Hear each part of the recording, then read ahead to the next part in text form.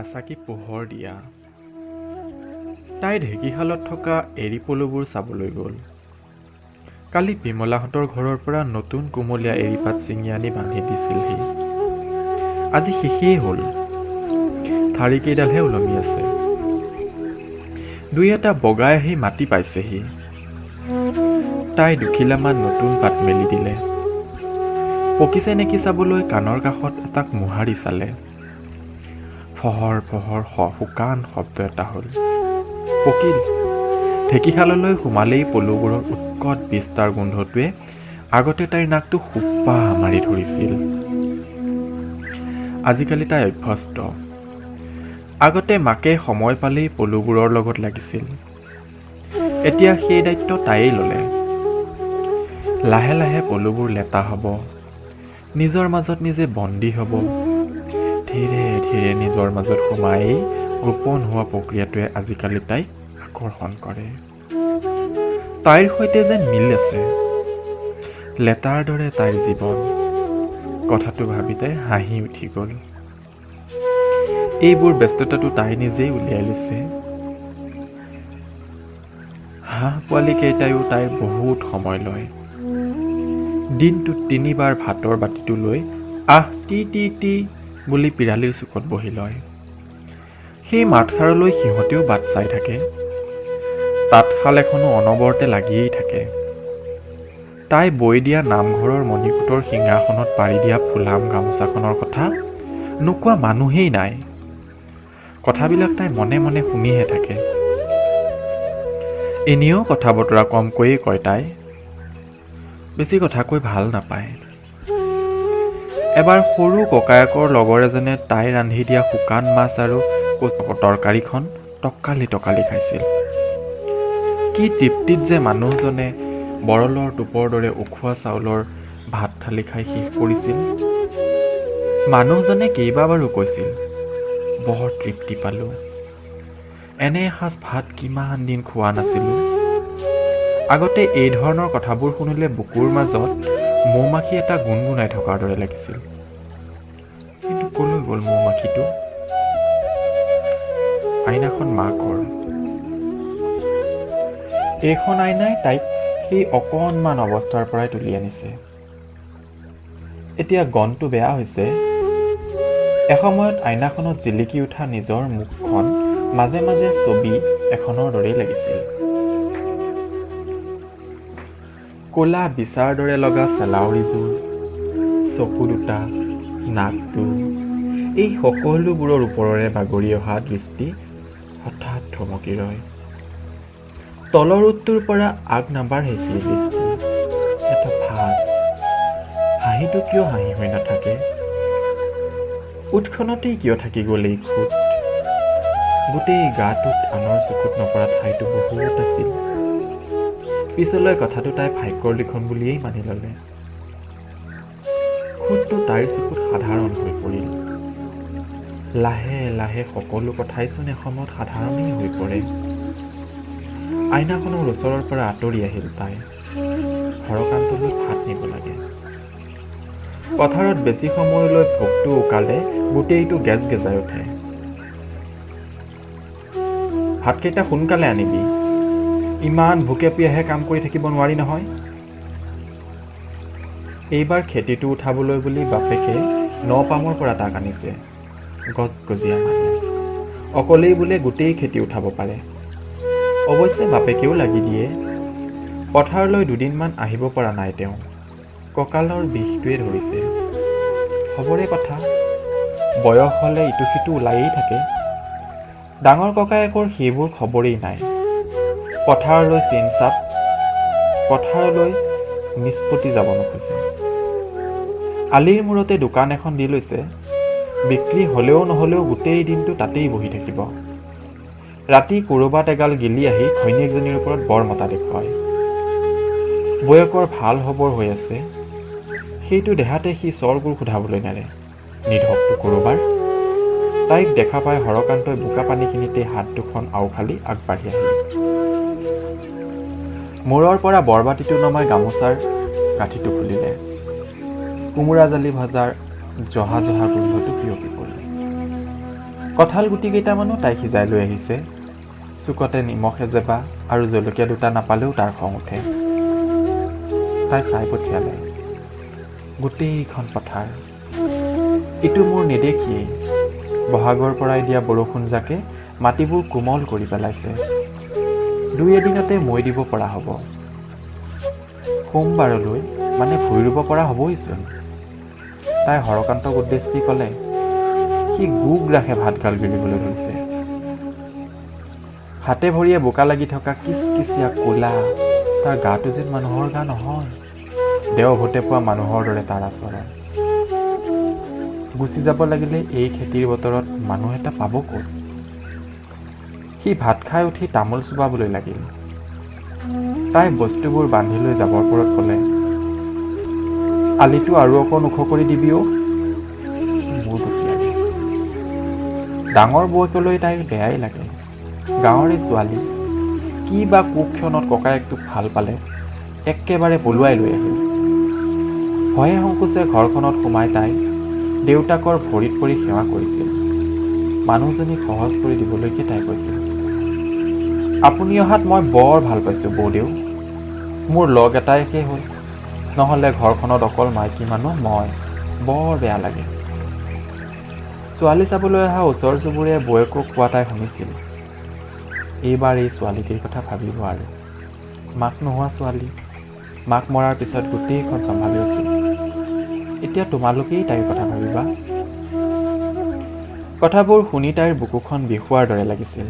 ইচ ইচ, তাই গুচি গ'লে এই বুঢ়া বাপেকৰ কি অৱস্থা হ'ব? এই বাপেকে কামলৈ এলাহ নকৰে। তথাপিও তাই যে সদায় মুখৰ আগত ভাত কাঁহী চাহ বাতি যতনাই দিয়ে। তাত নাথাকিলে সেইকণ যতন পাবনে? কোনে কৰি দিব সেইকণ যতন? এইবোৰ কেইবা বছৰৰো আগৰ কথা। তাৰ পিছত মইনাৰো জন্ম হ'ল। সি এতিয়া 3 বছৰত কৰি দিলে। বৌয়েকজনী এইবাৰ দ্বিতীয়বাৰৰ বাবে গা ভাৰী হৈছে। সৰু ককায়েকেও চাকৰি কৰি থকা ঠাইৰে ছোৱালী এজনীক কোৰ্টত বিয়া কৰাই পেলালে। ছোৱালী লৈ সি এবাৰ গাঁৱলৈ আহিছে। চহৰৰ ছোৱালী, গোটেইজনী গোসাঁনীৰ দৰে। সৰু বয়কৰ সুখ আনন্দখিনি ডাঙৰ বৌয়েকে ঈৰ্ষা কৰিব পৰা ধৰণৰ। মানুহজনী সাজিলে কাচিলে অপেশ্বৰী হেন দেখি। ককায়েকে গাড়ীত লৈ আহে। সৰুজনীৰ ওচৰত ডাঙৰ বৌয়েকজনী বৰ অদ্ভুত দেখায়। পুখুৰীৰ ঘোলা পানীৰে ধোৱা মেখেলাখনে মটীয়া ৰং এটা লৈছে। অ'ত ত'ত চেকা, হাত ভৰিবোৰ ফটা। বাৰে বাৰে ডাঙৰ বৌয়েকে নিজৰ সেই দৈন্য লুকুৱাবলৈ যত্ন কৰি বিফল হৈছিল। সৰু ককায়েকে দিনাই ঘূৰি গ'ল। সেই ৰাতি ডাঙৰজনীৰ উমি উমি জ্বলি থকা জুইকুৰাত যেন কোনোবাই শুকান খেৰ এসোপাহে ছটিয়াই দি ফুৱাই দিলে। মানুহটোৰ মাৰ খায়ো তাইৰ মাত বন্ধ নহ'ল। বৰমতুৱা দেখিবলৈ আহিছ? ঘৈণীয়েৰজনী কিবা এটা আনি দিব পাৰিছনে? ক'ত দিবি? তোৰ সেই বঙালনীৰ ওচৰলৈ নগ'লে হয় জানো? তাত ডিঙিলৈকে গিলি আহি মোৰ ওপৰত বৰমতা দেখুৱাও। থুই থুই কটা। নাই, মানুহজনীৰ মাত বন্ধই হোৱা নাছিল। মানুহটোৰো হাত ভৰি একো ৰৈ থকা নাছিল। তাৰ মাজতেই মইনাই চিঞৰি চিঞৰি কান্দিলে। এপাকত সহ্য কৰিব নোৱাৰি বিচনাৰ পৰা তাই উঠি গ'ল। লঠিয়াই ভুকুৱাই থকা মানুহজনীক দুয়ো হাতেৰে সাৱটি তাই চিঞৰি চিঞৰি তাক গালি পাৰিছিল। তোৰ লাজ লগা নাই? মানুহজনীক মাৰি মাৰি আধা মৰা কৰিবলৈ তোৰ বেয়া নালাগে? মানুহ নে পশু তই? তই ওলাই যাবি ঘৰৰ পৰা। তই নহ'লেও আমি থাকিব পাৰিম। ককায়েক তোৰ জ্বলা জুইত তাই যেন ঘিউহে ঢালিলে। মই কিয় ওলাই যাম? মই ঘৰত বুঢ়ী হৈ আছো নেকি? তই যাব লাগিব বুজিছ? তই ওলাই যাবি। তোৰ কোনো এক্তিয়াৰ নাই। এইখন মোৰ ঘৰ। বুঢ়া বাপেকটোৱে বিচনাৰ পৰাই চিঞৰি উঠিল। মই এতিয়াও মৰি যোৱা নাই বুজিছ? এইখন তাইৰ ঘৰ। তাই চলাইছে। তই ককায়েকটো হৈ কিবা এটা কৰিছনে? ছোৱালীজনীৰ কথা ভাবিছনে? ওলাই যাবি তই। এতিয়াই ওলাই যা। এটা সময়ত ককায়েকে লেবেজান দিলে। শেষ নিশা দেউতাকৰো টোপনি আহিল। তাই বহু সময় থৰ হৈ ৰ'ল। বুকুখন যেন শিয়ালে পাতেহে হালি ধৰিলে। পিছদিনাখন তাই সৰু ককায়েকৰ ঘৰলৈ গ'ল। বাপেকেও ক'লে, যা কেইদিনমান থাকি আহগৈ, মনটোও ভাল লাগিব। সৰু ককায়েক চহৰত থাকে। ভাড়া ঘৰ, তাতে সৰু আহল বহল ঠাইত থাকি এইবোৰত থাকিবলৈ তাইৰ ভাল নালাগে। বাকচ এটাৰ ভিতৰত সোমাই থকাৰ দৰে লাগে। ঘৰখনত কামো তেনেকৈ নাই, তাই গোটেইবোৰ কৰি পেলায়। বৌয়েকে আগবাঢ়ি আহিলেও তাই নিদিয়ে, থাপ মাৰি থৈ কয়, এইকেইটাওনো কাম নে, সেইটোনো কাম নে, কেইটানো কাম, 3টা মানুহৰ কামহে। ঘৰখনতচোন গৰু গাই পথাৰৰ পৰা ভাতৰ চৰুলৈকে সামৰোঁ। ককায়েক অফিচলৈ যোৱাৰ পিছত দুয়োজনীয়ে কথা পাতে। তাই বৌয়েকৰ দীঘল চুলি তাৰি মেলি লৈ লিৰিকি বিতাৰি থাকে। মানুহজনীৰ গাত অনবৰতে ধুনীয়া গোন্ধ এটা লাগি থাকেই। ককায়েৰে তোমাৰ কথা কয়। কিনো কয়, সৰুৰে পৰা ঘৰখনত তুমি বোলে বৰ কষ্টৰে ধৰিছা, মাও বোলে বৰ সোনকালে ঢুকাল, সেয়েহেনো তোমাৰ স্কুলো পঢ়া নহ'ল। উপায় নাছিল যে, ঘৰখনত মাইকী মানুহ এজনী লাগেই নহয়। সৰু দাদাটো পঢ়িয়েই আছিল, ডাঙৰটো আগৰে পৰা বনৰীয়া। কিমানলৈকে পঢ়িলা? হাইস্কুল পাইছিলোহে। বিয়া বাৰুৰ কথা নাভাবিলা? যেতিয়া বয়স আছিল ভবাই নহ'ল, এতিয়া বয়সো হ'ল। আপোনালোক সম্বন্ধত ডাঙৰ কাৰণেহে, নহ'লে আপোনালোক দুয়োজনী মোতকৈও সৰু। এতিয়া নিজে কিবা এটা কৰি জীয়াই থাকিব পাৰিলেই হ'ল আৰু। সেই ৰাতি তাই বহু সময়লৈ জাগৰি আছিল। উট দুখনৰ এই ভাঁজটো বৌয়েকে নেদেখাকৈ আছেনে? হাঁহিলে উট এখন বেকা হৈ যায়, হাঁহিটো এফালে বেছিকৈ গুচি যায়। সেই ফুটটো দুটামান খবৰ আহিও নহা হ'ল। সেইদিনা তাই নিজৰ লগত জেতুকী পেহীৰ জীৱনটো ৰিজাই চাইছিল। গোটেই জীৱন বিয়া বাৰু নকৰোৱাকৈ থকা পেহী এতিয়া বুঢ়ী। দিনৰ দিনটো তাকুৰিটোলৈ বাৰাণ্ডাত বহি থাকে। বিয়া সবাহ কলৈকো নাযায়, ঘৰৰ পৰা নোলায়েই। তাইৰ জীৱনটো এটা সময়ত তেনেকুৱাই হৈ পৰিব নেকি? নাই, তাই পেহী নহয়। তাই কিয় নাযাব? সকলোলৈকে তাই যাব, হাতে কামে কৰি খাব। পেহীৰ দৰে বাৰাণ্ডাৰ এচুকত তাই ঠাই নলয়, কেতিয়াও নলয়। আগৰ কথা কিছুমান মনতে পাগলী আছিল তাই। ধাননিখনলৈ মনত পৰাত খৰ ধৰকৈ উঠি গ'ল। হৰকান্ত, হৰকান্ত, এইফালে আহচোন। নাই, মানুহটো ওচৰে পাজৰে নাই। এইফালে ধানখিনি ভৰাব লাগে। 2টা মানুহ লাগেই ধানখিনি ভৰাবলৈ। বস্তাত ভৰাই থ'ব লাগিব, কাইলৈ মিললৈ নি কুটাই পেলাব লাগিব।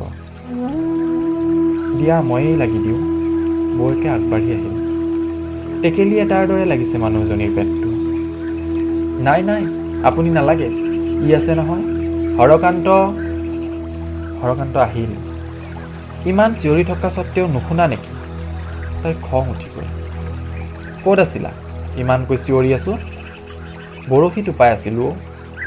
তাৰ খহটা উত্তৰ। তাৰ সৈতে লাগি ভাগি তাই ধানখিনি ভৰালে। কাইলৈ মিললৈ লৈ যাবলৈ নাপাহৰিবি, ঘৰত নহ'লে ভাত খাবলৈকে চাউল নাই। হৰকান্তই আৰ চকুৰে তাইলৈকে মাজে মাজে চায়।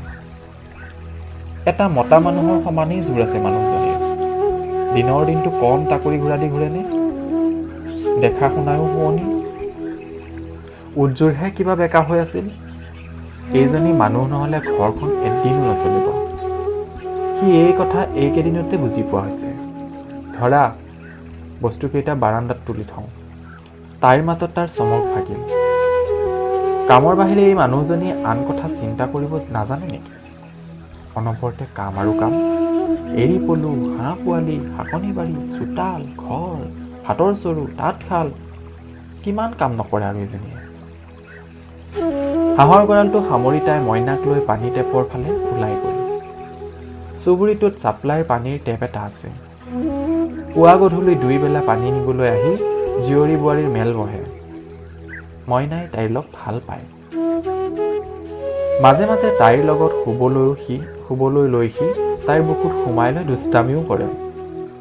হাতখন বাৰে বাৰে ব্লাউজৰ ভিতৰলৈ নি থাকে। বৰ আচৰিত অনুভৱ এটাই জোকাৰি যায় তাই। গোটেই বুকুখন যেন অপাৰ মৰমত উঠলি উঠে। পানী টেপত তাই খবৰটো পালে। সাবিত্ৰীৰ জীয়েকজনী শান্তি হ'ল। সাবিত্ৰী তাইৰ লগৰেই, গাঁৱতে থাকে, উজনি চুকত। একেলগে দুয়োজনী স্কুললৈ গৈছিল। গাঁৱৰ ইঘৰ সিঘৰ ফুৰিছিল। সাবিত্ৰীৰ জীয়েকজনীও শান্তি হ'ল। বুকুখনৰ পুৰণা বিষটোও পোৱা যেন লাগিল তাইৰ। ঘৰলৈ ঘূৰি আহোঁতে জেতুকী বিহুকো এবাৰ লগ ধৰি আহিবলৈ হঠাৎ মন গ'ল তাইৰ। তাইক দেখিয়েই পেহীয়ে কাষলৈ মাতি নিলে। এনেকৈ থাকিব পাৰিবিনে? বহুত কষ্ট পাবি নহয় মোলৈ চা। ককাই ভাই কোনেও নাভাবিলে মোৰ কথা। লগৰবোৰৰ সংসাৰ দেখিলে বুকুখন ফাটি যাওঁ যাওঁ হৈছিলোঁ। পৰিয়ালৰ মানুহে গোটেইখন উলিয়াই কৰিলে মোৰ বদনাম। ঘৰৰ হালোৱাটোৰ লগত বোলে মোৰ লেটি পেটি। গোটেই জীৱন জুয়ে কুৰাত মোক জ্বলাই মাৰিলে। তোৰো সেই মাৰে মৰিয়েই কাল হ'লো। বুঢ়া বাপেৰেনো ক'ৰ পৰা ল'ৰা এটা আনি দিব? সৰু বাপু আহিলে পঠাই দিবিচোন মোৰ ওচৰলৈ, ময়ে ক'ম তাক। পেহীয়ে সেই একেখিনি কথাকেই তাই শুনি আহিছে, আজিও শুনিলে। মানুহজনীয়ে ভাবি থকা কথাখিনি কৈহে যায়, তাইৰ বয়সটোৰ কথা ভাবি নাচায়। সাবিত্ৰীৰ জীয়েকৰ তোলনি বিয়া খাবলৈ তাইও গ'ল। নিজে বোৱা উকা মুগা মেখেলা এখনকে কাগজ এখনত বান্ধি নিলে। একেবাৰে বৰ বিয়া পতা দি পাতিছে। ডাঙৰ ৰভা, খোৱা বোৱাৰ ব্যৱস্থা চব ভালকৈ আয়োজন কৰিছে। কি যুগ পৰিছে এই? তাই সাবিত্ৰীক সুধিলে। শুভগা যুগ। ভাল যুগ পৰিছে দে, ভাল হ'ব তোৰ। এতিয়া ডাঙৰ হ'লি, সাৱধানে চলা ফুৰা কৰিব লাগিব বুজিছ। তাই সাবিত্ৰীৰ জীয়েক ৰাণুক টোপোলাটো দি ক'লে। কচোন এইজনীক, গাত কথাই নালাগে, মনটো একেবাৰে সৰু হৈ আছে। এতিয়া এনেকৈ থাকিলে হ'ব জানো? মাকে জীয়েকক উদ্দেশ্যি ফুৰ ফুৰাই উঠিল। শোভা যুগ এটা এসময়ত তাইও পাইছিল। দান বৰঙণি নাই, খুব ভাল যুগ। সকলোৱে একেমুখে কৈছিল। নোৱাই অনাৰ পিছত নতুন কাপোৰযোৰ পিন্ধাই ৰাণুক সজাই দিলে। অকণমানি এজনী কইনা। আমাৰ ৰাণুৰ হাত দেখিছানে? সৰুটো মোৰ জোঁৱাই। সাবিত্ৰীৰ কথা শুনি দুয়োজনীয়ে হাঁহি দিলে। তাই দেখিলে কলপুলি এটা থিয় হৈ আছে, গাটোত ওলমি আছে এধাৰ মালা, ৰাণুৰ কলপুলি দৰা। তেনেকুৱা এটা দৰাৰ ডিঙিত তাইও মালা পিন্ধাইছিল। মাক আছিল সেই সময়ত, কইনাৰ দৰে তাইকো সজাইছিল। কলিয়াই নি কলপুলিটো বাৰীৰ এজোপত পুতি থৈছিল। ইছ, ইমান দিনে কথাটো তাইৰ এবাৰো মনত পৰিব নালাগেনে? তাইৰ দৰাটোৰ কথা মনত পৰাত হাঁহি উঠি গ'ল তাইৰ। বাৰীখনৰ চুকটো কলগছেৰে ভৰি গৈছে, তাৰ মাজত তাইৰ দৰাটোৰ অস্তিত্ব আছেনে? বিয়া খাই উভতি ঘৰ পাওঁতে ভালেখিনি আন্ধাৰ হ'ল। হাঁহৰ গঁৰালটো মাৰিলেনে বা নাই? তাই খৰধৰকৈ নঙলাডাল খুলিলে। ভিতৰত হুলস্থুলৰ শব্দ শুনা যেন লাগিল। হয়, ককাইকেই চিঞৰ বাখৰ কৰিছে। ক'ৰবাত এই ফুট গধূলিতে সি এটোপা গিলি আহিছে। তাৰ মাত তাইৰ কাণত পৰিল। গোটেই গাঁৱত ওলাইছে, মোক চক্ৰয়ো কৈছে, পথাৰত দুয়োটাকে দেখিছে। সি চালা অসভ্য আৰু এইজনী, এই কম চৰিত্ৰহীনানে? ককায়েকে কাৰ কথা কৈছে প্ৰথমতে তাই বুজিবই পৰা নাছিল। পিছত ধৰিলে এয়া নতুন এটা কাহিনীৰ আৰম্ভ হৈছে। দেউতা, তইতো দেখিও নেদেখ, অনবৰতে দুয়োটাকে চবেই দেখিছে। পথাৰত, ঘৰত ধানৰ বস্তা ভৰাওঁতেও গাতে গা লগাই থাকে। মই কিন্তু সহ্য নকৰোঁ দেই। তাই বুজিছিল জেতুকী পেহীৰ দৰে জীৱন এটাকেই তাই আপোন কৰিবলৈ আগবাঢ়িছে। বাৰাণ্ডাৰ এচুকত ঠাই, এটা তাকুৰি, দুখে ভৰা বুকু। ক'ৰবাত এদিন তাইও ক'ব, ঘৰৰ মানুহেই হালোৱাটোৰ লগত বদনাম উলিয়ালে। সেই জীৱন তাই কটাব পাৰিবনে? ককায়েকে চিঞৰ বাখৰ কৰিয়েই আছে, কোনেও মাত মতা নাই, আনকি বাপেকেও। সাপ পুহিছিল সেইটো। তাইক কাইলৈ যদি নেখেদ, কথা বেয়া হ'ব। মইহে মদ খাওঁ, তাই বৰ কথা। এতিয়া কাৰ চৰিত্ৰত খুনীয়া হৈছে হা? তাৰ মাতটো ডাঙৰ হৈছে। চুবুৰীয়া আটাই কেইঘৰে শুনাকৈ ডাঙৰ হৈ গৈছে। তাই বাৰাণ্ডাৰ এচুকত বহি থাকিল। এটা সময়ত ঘৰখন নীৰৱ হ'ল। তাই বহাৰ পৰা উঠি নগ'ল। হৰকান্তইও কথাবোৰ শুনি আছিল। তাৰ খং উঠি আহিছিল। মানুহটোৰ মূৰটো ফালি পেলাবৰ মন গৈছিল তাৰ। বহুত কষ্টেৰে নিজকে দমন কৰিলে। বুঢ়া বাপেকটোৰো মাত নাই। কি মাত মাতিব? বুঢ়া হৈ আহিছে। জীয়েকজনীলৈ তাৰ বেয়াই লাগে। সি বাৰু গুচি যাব গ'ল, মানুহজনীৰ মূৰত চিৰদিনলৈ মিছা বদনাম এটা লাগিল। তেনেকৈয়ে তাই জীয়াই থাকিব লাগিব। সি তাৰ কাপোৰকেইযোৰ সামৰি সুতৰি ল'লে, পুৱাই যাবগৈ। এনেকুৱা মানুহৰ ঘৰত সি নাথাকে। নিজৰ ভনীয়েকজনীৰ এনেকৈ বদনাম কৰিব লাগেনে? অথচ মানুহজনী নহ'লেই ঘৰখন নচলে। এনেকুৱা ককায়েক কাৰো কেতিয়াও নহ'ল। সি কাপোৰবোৰ তাৰ মোনাটোত ভৰালে, বাঁহীটোও ভৰাই ল'লে। হঠাৎ তাৰ চকুত পৰিল তাৰ কোঠাটোলৈ ছায়ামূৰ্তি এটা সোমাই আহিছে। কোন? সি মদপিটো নেকি? সিধাখন খামুচি ধৰিলে। পোহৰত মুখখন দেখি তাৰ চকু থৰ হৈ গ'ল। আইদেউ ৰৈ আছে। সি ফু কৈ চাকিটো নুমুৱাই দিলে। এনেকৈ কোনোবাই দেখিলে সৰ্বনাশ হ'ব। হৰকান্ত, তুমি যাবাগৈ নেকি? ফুচফুচাই নাৰীমূৰ্তিটোৱে তাক সুধিলে। হয় আইদেউ, এইবোৰ মোৰ ভাল লগা নাই। মিছা মিছা কথা কিছুমান। তোমাৰ লগতে মোকো লৈ যোৱা। সি উৎসৱ খাই উঠিল। কি কৈছে এই মানুহজনীয়ে? এনেকুৱা কথা এটা তাৰ মনলৈ সপোনতো অহা নাছিল। তুমি মোক ইমান দিনে দেখিলা, ঘৰ এখন চলাব পাৰিম মই। আইদেউ, এনেকৈ গুচি গ'লে মিছাটোও সঁচা হৈ যাব। তাতকৈ ময়েই আঁতৰি যাওঁ। তাৰ মাতষাৰ কপিল। তুমি গুচি গ'লে মিছাটো সঁচা হৈয়ে থাকি যাব। জেতুকী পেহীৰ দৰে বদনামী জীৱন এটা কটাব মই নোৱাৰোঁ। তুমি মোক ক'ৰবাত এৰিয়েই দিবা লাগিলে, তথাপি মোক লৈ যোৱা। মানুহে জান মই তোমাৰ লগত গুচি গৈছোঁ। মানুহজনীৰ মাতষাৰ টুকা-টুকি হ'ল। সদায় গোটেই ঘৰখন চম্ভালি থকা মানুহজনী হঠাৎ তাৰ সৰু ছোৱালী যেন লাগি গ'ল। চাকিটো জ্বলাই লৈ তাইৰ মুখখন তাৰ চাবলৈ মন গ'ল।